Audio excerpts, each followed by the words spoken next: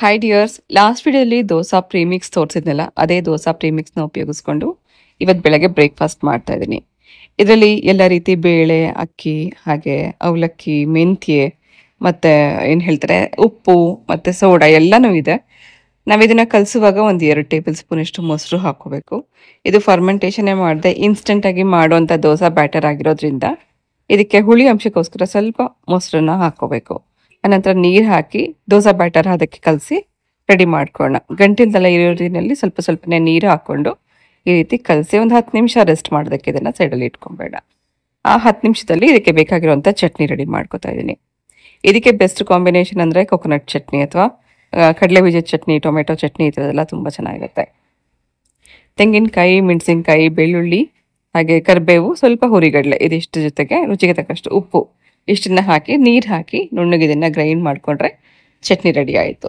ನಾನು ಸ್ವಲ್ಪ ಇದಕ್ಕೆ ನೀರು ಚಟ್ನಿ ಥರ ಮಾಡ್ತಾ ಇದ್ದೀನಿ. ಸ್ವಲ್ಪ ನೀರು ಜಾಸ್ತಿ ಹಾಕಿ ದೋಸೆಗೆ ತುಂಬ ಚೆನ್ನಾಗಿರುತ್ತೆ. ಇದಕ್ಕೆ ಬೇಕಿದ್ರೆ ಮೇಲಿಂದ ಒಗ್ಗರಣೆ ಹಾಕ್ಕೋಬೋದು. ಬ್ಯಾಟರ್ ಕೂಡ ಒಂದು 10 ನಿಮಿಷ ರೆಸ್ಟ್ ಮಾಡೋಕ್ಕೆ ಬಿಟ್ಟಿದ ನಂತರ ನಾವು ಇದಕ್ಕೆ ಈಗ ದೋಸೆ ಮಾಡ್ಕೊಳ್ಳೋಣ. ಸೊ ಇನ್ಸ್ಟೆಂಟಾಗಿ ಮಾಡೋವಂಥ ದೋಸೆ ಬ್ಯಾಟರ್ ಅಂದರೆ ಪ್ರೀಮಿಕ್ಸ್ ಹೇಗೆ ಮಾಡೋದು ಅಂತ ನಾನು ಈಗಾಗಲೇ ಲಾಸ್ಟ್ ವಿಡಿಯೋದಲ್ಲಿ ನಿಮಗೆ ತೋರಿಸಿದ್ದೆ. ಅದೇ ಪ್ರೀಮಿಕ್ಸ್ ಪೌಡರ್ನ ಉಪಯೋಗಿಸ್ಕೊಂಡು ದೋಸೆ ಮಾಡ್ತಾಯಿದ್ದೀನಿ. ಇದರಲ್ಲಿ ಎಲ್ಲ ರೀತಿ ಬೇಳೆ ಹಾಕಿರೋದ್ರಿಂದ ಕಲರ್ ನಿಮಗೆ ಸ್ವಲ್ಪ ಇದು ಲೈಟಾಗಿ ಎಲ್ಲೋ ಇಶ್ ಕಾಣಿಸ್ತಾ ಇದೆ.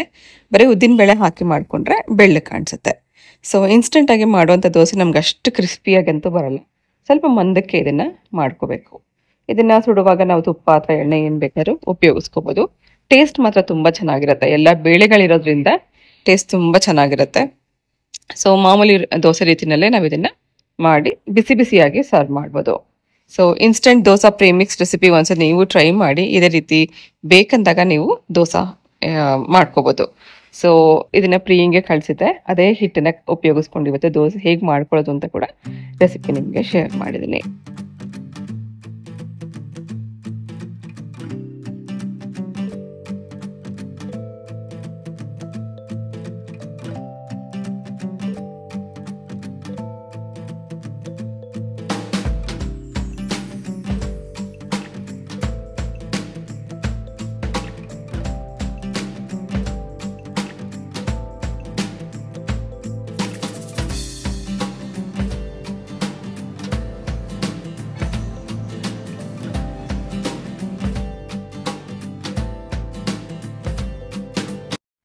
ಇದು ಲಾಸ್ಟ್ ವಿಡಿಯೋನ ಕಂಟಿನ್ಯೂಯೇಷನ್. ಲಾಸ್ಟ್ ವಿಡಿಯೋದಲ್ಲಿ ನಾನು ನಿಮಗೆ ತೋರಿಸಿದ್ದೆ ಪ್ಯಾಕಿಂಗ್ ಎಲ್ಲ ನಾವು ಹೇಗೆ ಮಾಡಿದ್ವಿ ಅಂತ.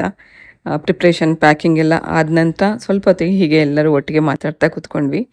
ಇವತ್ತು ಸಂಜೆ ಅಷ್ಟರಲ್ಲಿ ಅಪ್ಪ ಅಮ್ಮನೂ ವಾಪಸ್ ಹೋಗ್ತಿದ್ದಾರೆ. ಹಾಗೆ ಇವತ್ತು ನೈಟ್ ಪ್ರಿಯಾ ಮಿಡ್ ನೈಟಲ್ಲಿ ಹೊರಡ್ತಾ ಇದ್ದಾಳೆ. ಸೊ ಪ್ರಿಯಾ ಹೊರಡೋಕ್ಕೆ ಮುಂಚೆ ಒಂದಷ್ಟೊತ್ತು ಸುಮ್ಮನೆ ಮಾತಾಡ್ತಾ ಹಾಗೆ ಕೂತ್ಕೊಂಡಿದ್ವಿ. ಆನಂತರ ಇವತ್ತು ಮಧ್ಯಾಹ್ನದ ಅಡುಗೆಗೆ ಪ್ರಿಪೇರ್ ಮಾಡ್ತಾಯಿದ್ದೀನಿ. ಅಪ್ಪ ಅಮ್ಮ ಊಟ ಮುಗಿಸ್ಕೊಂಡು ಸಂಜೆ ಅಷ್ಟರಲ್ಲಿ ವಾಪಸ್ ಊರಿಗೆ ಹೋಗ್ತಾ ಇದ್ದಾರೆ. ಸೊ ಪ್ರಿಯಿಂಗ್ ಇಷ್ಟ ಆಗೋ ಥರದ್ದೇ ಇವತ್ತು ಅಡುಗೆ ಮಾಡಬೇಕು ಅಂತ ಅಂದ್ಕೊಂಡಿದ್ದೆ. ಸೊ ಎಲ್ಲರೂ ವಾಪಸ್ ಇವತ್ತು ಹೊರಟೋಗ್ತಿದ್ದಾರೆ. ಮನೆಯೆಲ್ಲ ಖಾಲಿ ಖಾಲಿ ಅಂತ ಅನಿಸುತ್ತೆ. ಮನಸ್ಸಂತೂ ತುಂಬ ಬೇಜಾರಾಗುತ್ತೆ. ಸೊ ಮಧ್ಯಾಹ್ನದ ಊಟಕ್ಕೆ ಚಪಾತಿ ಮತ್ತು ಪನ್ನೀರ್ ರೆಸಿಪಿ ಮಾಡ್ತಾಯಿದ್ದೀನಿ. ಹಾಗೆ ತರಕಾರಿ ಎಲ್ಲ ಉಪಯೋಗಿಸ್ಕೊಂಡು ಸಾಂಬಾರು ಮತ್ತು ರೈಸ್ ಹಾಗೆ ಸ್ವಲ್ಪ ಸ್ವೀಟ್ ಎಲ್ಲ ಮಾಡ್ತಾಯಿದ್ದೀನಿ. ಹಾಗೆ ಲಾಸ್ಟ್ ವಿಡಿಯೋನ ತುಂಬ ಜನ ಅಪ್ರಿಷಿಯೇಟ್ ಮಾಡಿದ್ರಿ, ಎಷ್ಟೊಂದೆಲ್ಲ ಪ್ಯಾಕಿಂಗ್ ಮಾಡಿಕೊಟ್ಟಿದ್ದೀರಾ ಅಂತ. ಇನ್ನೂ ಏನೇನೆಲ್ಲ ಮಾಡಬೇಕು ಅಂತ ಅನ್ನೋ ಆಸೆ ಇತ್ತು. ಅನ್ಫಾರ್ಚುನೇಟ್ಲಿ ನನ್ನ ಒಂದು ಲೋವರ್ ಬ್ಯಾಕ್ ಪೇನಿಂದಾಗಿ ಮಾಡಲಿಕ್ಕೆ ಆಗ್ತಿರ್ಲಿಲ್ಲ. ತುಂಬ ಕಷ್ಟ ಆಗ್ತಿತ್ತು. ಇತ್ತೀಚೆಗೆ ಸಾಕಷ್ಟು ಟೈಮ್ ನಾನು ಹುಷಾರು ತಪ್ತಾನೆ ಹೋದೆ ಬ್ಯಾಕ್ ಟು ಬ್ಯಾಕ್. ಸೊ ಎಲ್ಲಿಗೂ ಹೋಗೋಕ್ಕೂ ಆಗಲಿಲ್ಲ. ಒಂಥರ ಮನ್ಸಿಗಂತೂ ತುಂಬಾ ಬೇಜಾರಂತೂ ಇತ್ತು. ಏನೇನೋ ಪ್ಲ್ಯಾನ್ ಮಾಡಿದ್ವಿ, ಪ್ರೀಂಗ್ ಕರ್ಕೊಂಡು ಎಲ್ಲೆಲ್ಲ ಹೋಗಬೇಕು ಅಂತ, ಯಾವುದೂ ಆಗಲಿಲ್ಲ ಅಂತ ಅನ್ನೋದು. ಆದರೆ ಅಟ್ಲೀಸ್ಟ್ ಅವಳ ಜೊತೆಗೆ ಒಂದಷ್ಟು ದಿನ ಟೈಮ್ ಕಳೆದಿದ್ದಂತೂ ತುಂಬ ಖುಷಿ ಆಯಿತು. ಪನ್ನೀರ್ ರೆಸಿಪಿ ಈಗಾಗಲೇ ನಾನು ತುಂಬ ಸರ್ತಿ ತೋರಿಸಿದ್ದೆ. ಅದಕ್ಕೋಸ್ಕರ ಡೀಟೇಲಾಗಿ ನಾನು ಇಲ್ಲಿ ರೆಸಿಪಿ ಶೇರ್ ಮಾಡಲಿಕ್ಕೆ ಸಾಧ್ಯ ಆಗಲಿಲ್ಲ. ಹಾಗೆ ಪನ್ನೀರನ್ನ ಕಟ್ ಮಾಡಿ ಇಟ್ಕೊಂಡಿರೋದಕ್ಕೆ ಒಗ್ಗರಣೆ ಫಸ್ಟು ಎಣ್ಣೆ ಹಾಕಿ ಅದಕ್ಕೆ ಸ್ವಲ್ಪ ಜೀರಿಗೆ, ಹಾಗೆ ಸ್ವಲ್ಪ ಹೋಲ್ ಮಸಾಲ, ಈರುಳ್ಳಿ ಮತ್ತು ಶುಂಠಿ ಬೆಳ್ಳುಳ್ಳಿ ಪೇಸ್ಟ್ ಇದೆಲ್ಲ ಹಾಕಿ ಸ್ವಲ್ಪ ಹಸಿ ವಾಸನೆ ಹೋಗೋವರೆಗೂ ಹುರ್ಕೊಂಡ ನಂತರ ಟೊಮೆಟೊ ಪ್ಯೂರಿ ಹಾಕ್ತಾಯಿದ್ದೀನಿ. ಕ್ವಾಂಟಿಟಿ ಸ್ವಲ್ಪ ಜಾಸ್ತಿ ಇರೋದ್ರಿಂದ ಅದಕ್ಕೆ ತಕ್ಕಷ್ಟು ಮಸಾಲೆಗಳನ್ನು ಇಲ್ಲಿ ಉಪಯೋಗಿಸ್ಕೊಂಡಿದ್ದೀನಿ. ಸುಮಾರು ಒಂದು ಅರ್ಧ kg ಪನ್ನೀರ್ ನಾನು ಇಲ್ಲಿ ಉಪಯೋಗಿಸ್ಕೊಂಡಿದ್ದೆ. ಅದಕ್ಕೆ ತಕ್ಕಷ್ಟು ಮಸಾಲೆಗಳಿಲ್ಲಿದೆ. ಟೊಮೆಟೊ ಪ್ಯೂರಿ ಹಾಕಿದ ನಂತರ ಅಚ್ಕಾರದ ಪುಡಿ, ಅರಿಶಿನ ಮತ್ತು ಧನಿಯಾ ಪೌಡರ್ ಹಾಗೆ ಉಪ್ಪು ಹಾಕಿ ಫಸ್ಟ್ ಇದನ್ನು ಚೆನ್ನಾಗಿ ಬೇಯಿಸ್ಕೋಬೇಕು. ಗ್ರೇವಿ ಥಿಕ್ನೆಸ್ಗೋಸ್ಕರ ನಾನೊಂದು 8ರಿಂದ 10 ಗೋಡಂಬಿ ನೆನೆಸಿ ರುಬ್ಬಿ ಹಾಕ್ತಾಯಿದ್ದೀನಿ. ಗೋಡಂಬಿ ಪೇಸ್ಟ್ ಹಾಕೋದ್ರಿಂದ ಟೇಸ್ಟ್ ಕೂಡ ತುಂಬ ಚೆನ್ನಾಗಿ ಬರುತ್ತೆ. ಹಾಗೆ ಗ್ರೇವಿ ಗಟ್ಟಿನೂ ಆಗುತ್ತೆ. ಸ್ವಲ್ಪ ಹೊತ್ತು ಇದನ್ನು ಕುದಿಸ್ಕೊಂಡ ನಂತರ ನಾವು ಇದಕ್ಕೆ ಕಟ್ ಮಾಡಿಟ್ಟಿರುವಂಥ ಪನ್ನೀರ್ ಹಾಕೋಣ. ಟೊಮೆಟೊ ಸ್ವಲ್ಪ ಜಾಸ್ತಿ ಇಲ್ಲಿ ಉಪಯೋಗಿಸಿರೋದ್ರಿಂದ ಲೈಟಾಗಿ ಒಂದು ಸ್ವಲ್ಪ ಹುಳಿ ಇರುತ್ತೆ. ಆ ಟೇಸ್ಟ್ನ ಬ್ಯಾಲೆನ್ಸ್ ಮಾಡೋಕ್ಕೋಸ್ಕರ ನಾವು ಇದಕ್ಕೊಂದು ಅರ್ಧ ಸ್ಪೂನಷ್ಟು ಸಕ್ಕರೆ ಹಾಕ್ಕೋಬೋದು, ಅಥವಾ ಸ್ವಲ್ಪ ಟೊಮೆಟೊ ಕೆಚಪ್ ಹಾಕೊಳ್ಳೋದ್ರಿಂದ ಕೂಡ ಟೇಸ್ಟ್ ಬ್ಯಾಲೆನ್ಸ್ ಆಗುತ್ತೆ. ಸೊ ಪನ್ನೀರ್ ಹಾಕಿದ್ದೀನಿ, ಹಾಗೆ ಒಂದು 2 ಟೀ ಸ್ಪೂನಷ್ಟು ಟೊಮೆಟೊ ಕೆಚಪ್ ಹಾಕ್ತಾ ಇದ್ದೀನಿ. ಇನ್ನೊಂದು 2 ನಿಮಿಷ ಇದನ್ನು ಕುದಿಸ್ಕೊಂಡ್ರೆ ಪನ್ನೀರ್ ಗ್ರೇವಿ ರೆಡಿ ಆಯಿತು. ಪ್ರಿಯಾ ಅಲ್ಲಿ ಹೆಚ್ಚಾಗಿ ನಾನು ಪನ್ನೀರ್ ಉಪಯೋಗಿಸಲ್ಲ ಅಥವಾ ಪನ್ನೀರ್ ತರಕ್ಕೆ ಹೋಗಲ್ಲ ಅಂತ ಹೇಳ್ತಾ ಇದ್ಲು. ಅದಕ್ಕೋಸ್ಕರ ಅವಳಿಗೆ ಇಷ್ಟ ಆಗೋ ರೀತಿಯಲ್ಲಿನೇ ಪನ್ನೀರ್ ರೆಸಿಪಿ ಮಾಡಿದ್ದೆ. ಹಾಗೆ ಅವತ್ತಿನ ದಿನನೇ ಕಾಜು ಬರ್ಫಿ ಮಾಡಿದ್ದೆ. ಊಟ ಟೈಮಲ್ಲಿ ಇದನ್ನೇ ಸ್ವೀಟಾಗಿ ಸರ್ವ್ ಮಾಡ್ತಾ ಇದ್ದೀನಿ.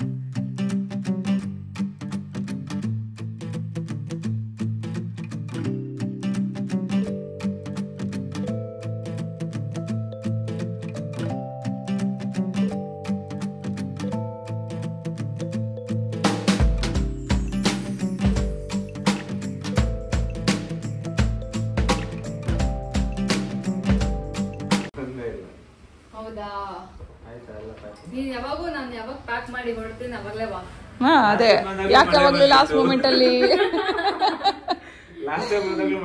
ಹೌದು.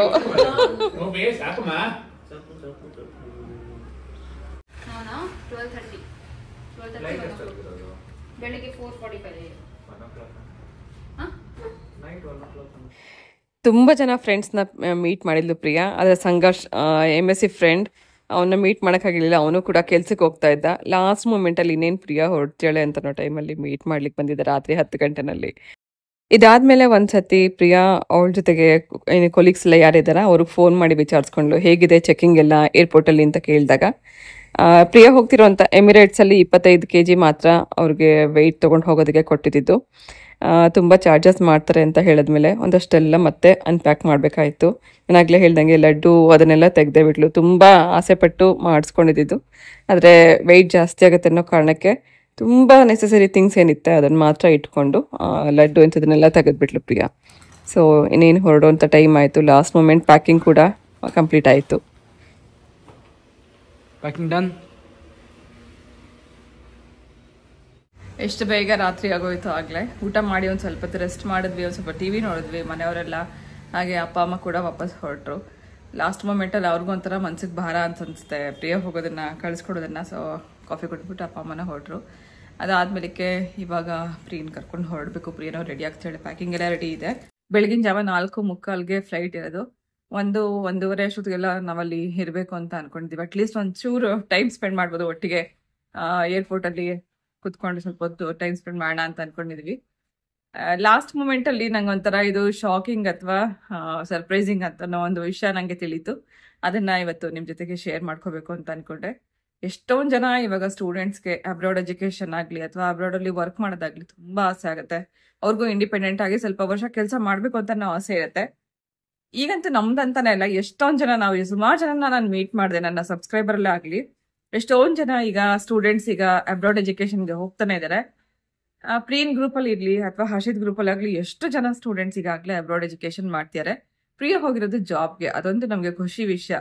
ಸೊ ಎಜುಕೇಷನ್ ಅಂತಂದ್ರೆ ಲೋನ್ ತಗೊಂಡು ತುಂಬಾ ಖರ್ಚು ಮಾಡ್ಕೊಂಡು ಹೋಗಿ ಎಜುಕೇಶನ್ ಮುಗಿಸ್ಕೊಂಡು ಬಂದ್ಮೇಲೆ ಅವ್ರಿಗೆ ಎಲ್ಲಿ ಕೆಲಸ ಸಿಗತ್ತೋ ಅದೇ ಗೊತ್ತಿಲ್ಲ ಇನ್ನು. ಅಂದ್ರೆ ನಮ್ಗಿವಾಗ ನಮ್ಗೊಂದು ಖುಷಿ ವಿಷಯ ಅಂದ್ರೆ ಪ್ರಿಯಂಗೆ ಇಲ್ಲಿಂದ ಕೆಲಸ ಸಿಕ್ಕ ಅವಳು ಹೋಗಿರೋದಲ್ಲಿ ಒಳ್ಳೆ ಕೆಲಸನೂ ಇದೆ, ಆಮೇಲೆ ಸೇಫ್ಟಿ ಕೂಡ ಇದೆ. ಎಲ್ಲ ಮಕ್ಕಳು ಒಂದ್ ಕಡೆ ಇದ್ದಾರೆ, ನಮ್ಮ ಇಂಡಿಯನ್ ಮಕ್ಕಳೆಲ್ಲ ಒಂದೇ ಬಿಲ್ಡಿಂಗ್ ಅಲ್ಲಿ ಇದ್ದಾರೆ.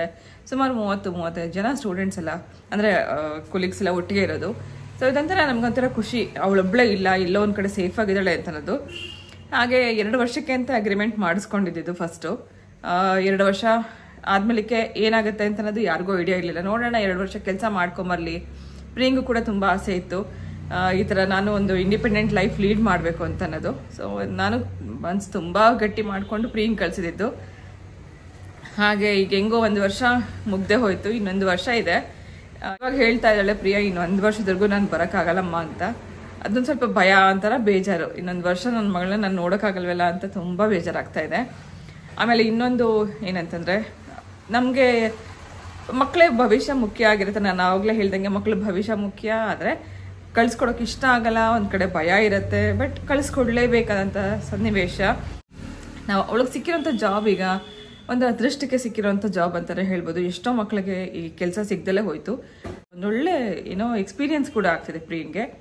ಹೊಸದಾಗಿ ಕಲಿಯೋಕ್ಕೂ ಸಿಗ್ತಾ ಇದೆ, ಹೊಸ ಜನರನ್ನ ಮೀಟ್ ಮಾಡೋಕ್ಕೂ ಸಿಗ್ತಾ ಇದೆ, ಸಾಕಷ್ಟು ಕಲಿಯೋಕ್ಕೂ ಸಿಗ್ತಾ ಇದೆ. ಈಗ ಒಂದು ಅನ್ಎಕ್ಸ್ಪೆಕ್ಟೆಡ್ ಆಗಿ ಒಂದು ಸರ್ಪ್ರೈಸಿಂಗ್ ಆಗಿ ಅಥವಾ ಒಂದು ಶಾಕಿಂಗ್ ನ್ಯೂಸ್ ನಮಗೆ ಸಿಕ್ಕಿದೆ. ಅದೇನು ಅಂತಂದರೆ ಇನ್ನೂ 1 ವರ್ಷ ನಮಗೆ ಅವರು ಕೆಲಸಕ್ಕೆ ಅಂದರೆ ಕಂಟಿನ್ಯೂ ಮಾಡಲಿಕ್ಕೆ ಹೇಳ್ತಾ ಇದ್ದಾರೆ. 2 ವರ್ಷ ಅಂತ ಫಸ್ಟ್ ಅಗ್ರಿಮೆಂಟ್ ಮಾಡಿಸ್ಕೊಂಡಿದ್ರೆ ಇವಾಗ ಇನ್ನೂ 1 ವರ್ಷ ನಾವು ಮಾಡ್ಬೋದು ಅಂತ ಹೇಳ್ತಾ ಇದ್ದಾರೆ. ಹೊಸದಾಗಂತೂ ಅಪಾಯಿಂಟ್ ಮಾಡ್ಕೋತಾ ಇಲ್ಲ ಇಂಡಿಯಾದವ್ರನ್ನ, ಆದರೆ ಇರೋರನ್ನೇ ಇನ್ನೂ 1 ವರ್ಷ ಬೇಕಾದ್ರೆ ಅವರು ಕೆಲಸ ಮಾಡ್ಬೋದು ಅಂತದಕ್ಕೆ ಅಗ್ರಿಮೆಂಟ್ ಮಾಡ್ಕೊಡ್ಬೋದು ಅಂತ ಹೇಳ್ತಾ ಇದ್ದಾರೆ. ಏನು ಮಾಡಲಿ ಅಂತ ಕೇಳಿದ್ಲು. ಇದು ಹೆಂಗಿದೆ ಅಂತ ಅಂದರೆ ಈ ಕಡೆ ಹ್ಞೂ ಅನ್ನೋಕ್ಕೂ ಆಗ್ತಿಲ್ಲ, ಈ ಕಡೆ ಬೇಡ ಅನ್ನೋಕ್ಕೂ ಆಗ್ತಿಲ್ಲ. ಒಳ್ಳೆ ಕೆಲಸ ಸಿಕ್ಕಿದೆ, ಅದನ್ನು ಕಂಟಿನ್ಯೂ ಮಾಡಲಿ ಅಂತಂದರೆ ನನಗೆ ಸ್ವಲ್ಪ ಭಯ. ಒಂಥರ ಇನ್ನೂ 1 ವರ್ಷ ಅವಳನ್ನ ನೋಡೋಕ್ಕಾಗದೆ ಇನ್ನೂ 2 ವರ್ಷ ಕಾಯ್ಬೇಕಲ್ಲ ಅಂತ ಅನ್ನೋದು. ಹೊಸದಾಗಿ ಯಾರನ್ನಾರು ತಗೋಬೇಕು ಅಂದರೆ ಮತ್ತೆ ಅವ್ರನ್ನ ಟ್ರೈನ್ ಮಾಡಿ ಅವರನ್ನ ಮತ್ತೆ ಆ ಕೆಲಸಕ್ಕೆ ಸೇರಿಸ್ಕೊಳ್ಳೋದಿದೆಯಲ್ಲ ಸ್ವಲ್ಪ ಕಷ್ಟದ ಕೆಲಸ. ಅದ್ರ ಬದಲು ಗೊತ್ತಿರೋರಿಗೆ ಕೆಲಸ ಗೊತ್ತಿರೋರ್ನ ಇನ್ನೊಂದು ವರ್ಷ ಎಕ್ಸ್ಟೆಂಡ್ ಮಾಡೋದು ಸ್ವಲ್ಪ ಈಸಿ ಅಂತ ಅನ್ಸಿದೆ ಕಂಪನಿಗೆ. ಸೊ ಹಾಗಾಗಿ ಇವ್ರನ್ನ ಇನ್ನೊಂದು ವರ್ಷ ಬೇಕಾದ್ರೆ ನೀವು ಕೆಲಸ ಕಂಟಿನ್ಯೂ ಮಾಡ್ಬೋದು ಅಂತ ಹೇಳ್ತಾ ಇದ್ದಾರಂತೆ. ಸೊ ಎಲ್ಲ ಮಕ್ಕಳು ಅದೇ ಚರ್ಚೆ ಮಾಡ್ತಿದ್ದಾರೆ, ಯಾರು ಕಂಟಿನ್ಯೂ ಮಾಡ್ತಿದ್ದಾರೆ ಯಾರು ಬಿಡ್ತಿದ್ದಾರೆ ಅಂತ ಗೊತ್ತಿಲ್ಲ. ಪ್ರಿಯಾ ಲಾಸ್ಟಲ್ಲಿ ನಮ್ಗೆ ಇದನ್ನ ನಮ್ಮ ಜೊತೆ ಡಿಸ್ಕಸ್ ಮಾಡಿ ಇದನ್ನ ಡಿಸೈಡ್ ಮಾಡಬೇಕು ಅಂತಾನೆ ಅನ್ಕೊಂಡಿದ್ದು. ಫ್ಯಾಮಿಲಿ ದೂರ ಇದಾರೆ ಅಂತ ಅನ್ನೋದು ಬಿಟ್ರೆ ಸೇಫ್ ಆಗಿ ಅವಳು ಕೆಲಸ ಮಾಡ್ತಾಳೆ. ಗೊತ್ತಿಲ್ಲ ಇವಾಗ ಇನ್ನೊಂದು ವರ್ಷ ಪ್ರಿಯಾ ಎಕ್ಸ್ಟೆಂಡ್ ಮಾಡ್ತಾಳ ಅಥವಾ ಅಲ್ಲಿಗೆ 2 ವರ್ಷಕ್ಕೆ ಕೆಲಸ ನಿಲ್ಲಿಸಿ ವಾಪಸ್ ಬರ್ತಾಳ ಅಂತ.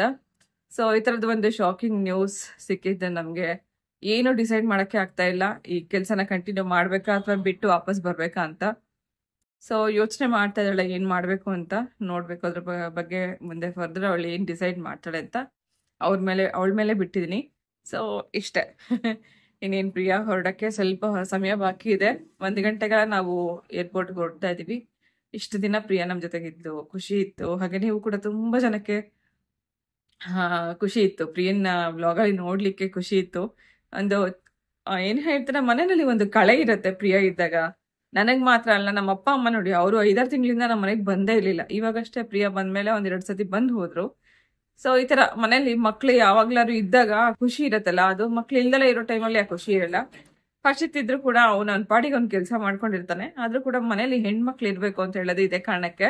ಗಲಿಗಲಿಯಾಗಿ ಓಡಾಡ್ಕೊಂಡಿರ್ತಾರೆ, ಎಲ್ರು ಮಾತಾಡಿಸ್ತಿರ್ತಾರೆ. ಅದೊಂದೇ ನನ್ಗೆ ಅವಳನ್ನ ದೂರ ಮಾಡ್ಕೊಳಕ್ ಇಷ್ಟ ಇಲ್ಲ ಅಂತ ಅದಕ್ಕೋಸ್ಕರ ನಾನು ಅವಳನ್ನ ಬೇಡ ಬೇಡ ಕೆಲ್ಸಕ್ಕೆ ಹೋಗೋದು ಅಂತಾನೆ ಹೇಳ್ತಾ ಇದ್ದೆ. ಸೊ ಇವಾಗ ಸ್ವಲ್ಪ ಅವಳಿಗೂ ಏನು ಹೊಸ ಒಂದು ಪರಿಸರದಲ್ಲಿ ಕೆಲಸ ಮಾಡ್ಲಿಕ್ಕಾಗ್ಲಿ ಅಥವಾ ಬೇರೆ ಜನರ ಜೊತೆ ಬೆರೆಯೋದಕ್ಕೆ ಒಂದು ಅವಕಾಶ ಸಿಕ್ಕಿದ್ರಿಂದ ಚೆನ್ನಾಗಿ ಇದೆ. ಇದು ಕೂಡ ಒಂದು ಹೊಸ ಬೆಳವಣಿಗೆ. ಇದೆಲ್ಲ ಮಕ್ಕಳಿಗೆ ಒಂದು ಒಳ್ಳೊಳ್ಳೆ ಪಾಠಗಳನ್ನ ಕಲ್ಸ್ಕೊಟ್ಟಿದೆ ಕೂಡ.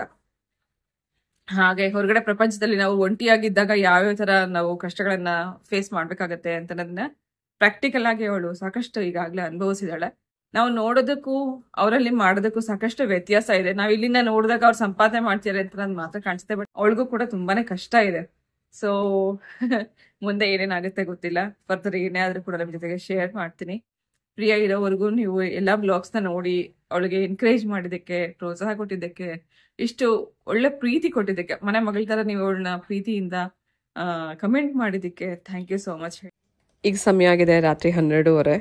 ಇನ್ನೇನು ಹೊರಡುವಂಥ ಟೈಮಲ್ಲಿ ಲಾಸ್ಟಲ್ಲಿ ದೇವ್ರ ಕೈ ಮುಗ್ದು ಹರ್ಷಿತ್ ಕೂಡ ರೆಡಿಯಾಗಿ ಕೆಳಗಡೆ ಬರೋ ಅಷ್ಟರಲ್ಲಿ ನನ್ನನ್ನು ನಾನು ಎಷ್ಟು ಕಂಟ್ರೋಲ್ ಮಾಡ್ಕೋತಾ ಇದ್ದೆ ಅವಳ ಮುಂದೆ ಅಳ್ಬಾರ್ದು ಅಂತ. ಆದರೆ ಲಾಸ್ಟ್ ಮೂಮೆಂಟಲ್ಲಿ ಪ್ರಿಯಾನೇ ಅವಳು ಕಂಟ್ರೋಲ್ ಮಾಡ್ಕೊಳಕ್ಕಾಗದೆ ತುಂಬ ಎಮೋಷ್ನಲ್ ಆಗಿಬಿಟ್ಲು.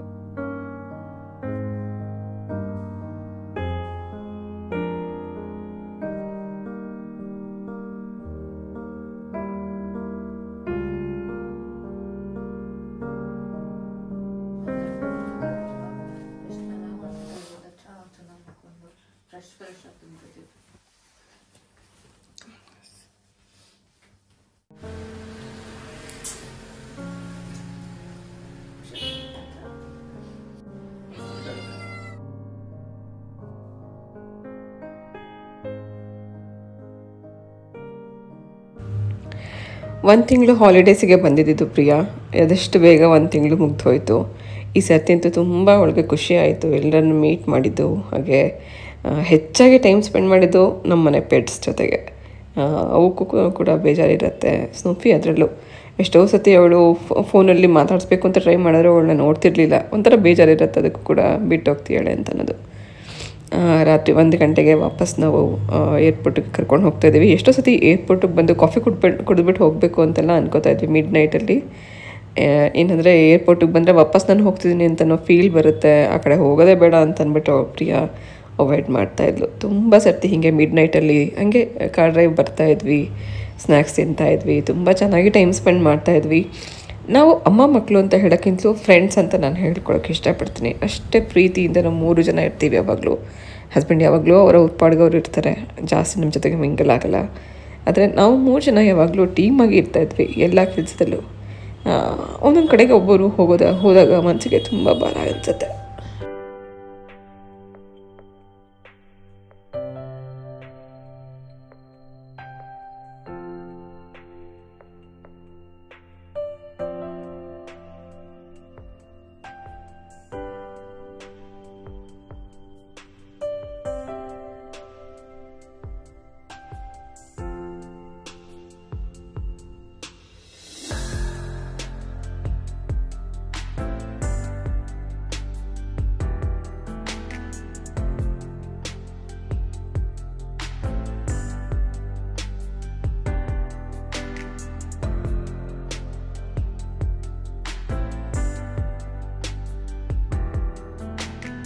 ಕರೆಕ್ಟಾಗಿ 2 ಗಂಟೆಗೆ ಬಂದ್ವಿ. ಫ್ಲೈಟ್ ಇರೋದಷ್ಟು 4:45ಗೆ ಫ್ಲೈಟ್ ಇರೋದು. 2 ಗಂಟೆಗೆ ಇಲ್ಲಿ ಬಂದಿದ್ದೀವಿ. ಸ್ವಲ್ಪ ಹೊತ್ತು ಕುತ್ಕೊಂಡು ಮಾತಾಡೋಣ, ಕಾಫಿ ಕುಡಿಯೋಣ ಅಂತೆಲ್ಲ ಪ್ಲ್ಯಾನ್ ಮಾಡಿದ್ವಿ. ಆದರೂ ಬರೋಷ್ಟೊತ್ತಿಗೆ 2 ಗಂಟೆ ಆಗೋಯ್ತು. ಸೊ 2 hours ಮುಂಚೆನೇ ಇರಬೇಕು ಒಳಗಡೆ. ಅದೇ ಬಂದ ತಕ್ಷಣ ಪ್ರಿಯ ಒಳಗಡೆ ಹೊರಟೋದು. ಸ್ವಲ್ಪ ಟೈಮ್ ಸ್ಪೆಂಡ್ ಮಾಡೋಣ ಅಂತ ಅಂದ್ಕೊಂಡ್ವಿ. ಇವಾಗ ಮನಸ್ಸೇ ಇರಲ್ಲ ಅಲ್ಲಿ ಇರೋದಕ್ಕೆ. ಸ್ವಲ್ಪ ಕಾಫಿ ಕುಡಿದ್ಬಿಟ್ಟು ಹೊರಡೋದು. ಇಡೀ ನೈಟ್ ಪೂರ್ತಿ ಇವತ್ತು ನಾವು ನಿದ್ದೆ ಮಾಡಿಲ್ಲ. ಈಗ ಮನೆಗೆ ಹೋಗೋಷ್ಟು ಇನ್ನೂ 1 hour ಆಗುತ್ತೆ. ಸ್ವಲ್ಪ ಕಾಫಿ ಕುಡಿದ್ಬಿಟ್ಟು ಇಲ್ಲಿಂದ ಹೋಗೋಣ.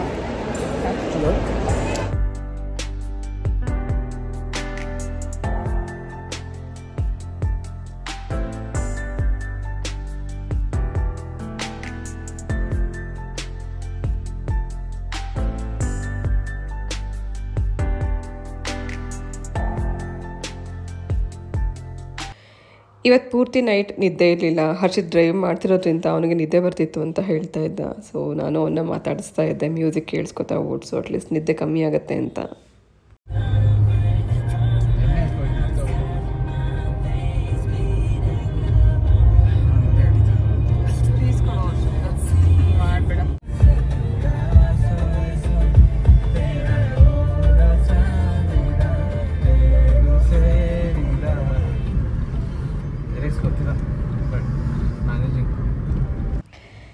ವಾಪಸ್ ಮನೆಗೆ ಬರೋ ಅಷ್ಟರಲ್ಲಿ ಬೆಳಗಿನ ಜಾವನ ಆಗೋಗಿತ್ತು. ಸೊ ಡಿಯರ್ಸ್, ಇದು ಇವತ್ತಿನ ವ್ಲಾಗ್ ಆಗಿತ್ತು. ಇವತ್ತಿನ ಈ ವ್ಲಾಗ್ ನಿಮ್ಮೆಲ್ಲರಿಗೂ ಇಷ್ಟ ಆಗಿದೆ ಅಂತ ಭಾವಿಸ್ತೀನಿ. ವಿಡಿಯೋ ಇಷ್ಟ ಆಗಿದ್ರೆ ಪ್ಲೀಸ್ ಲೈಕ್ ಮಾಡಿ, ನಿಮ್ಮ ಫ್ರೆಂಡ್ಸ್ ಆ್ಯಂಡ್ ಫ್ಯಾಮಿಲಿಗೆ ನನ್ನ ವೀಡಿಯೋಸ್ನ ಶೇರ್ ಮಾಡಿ.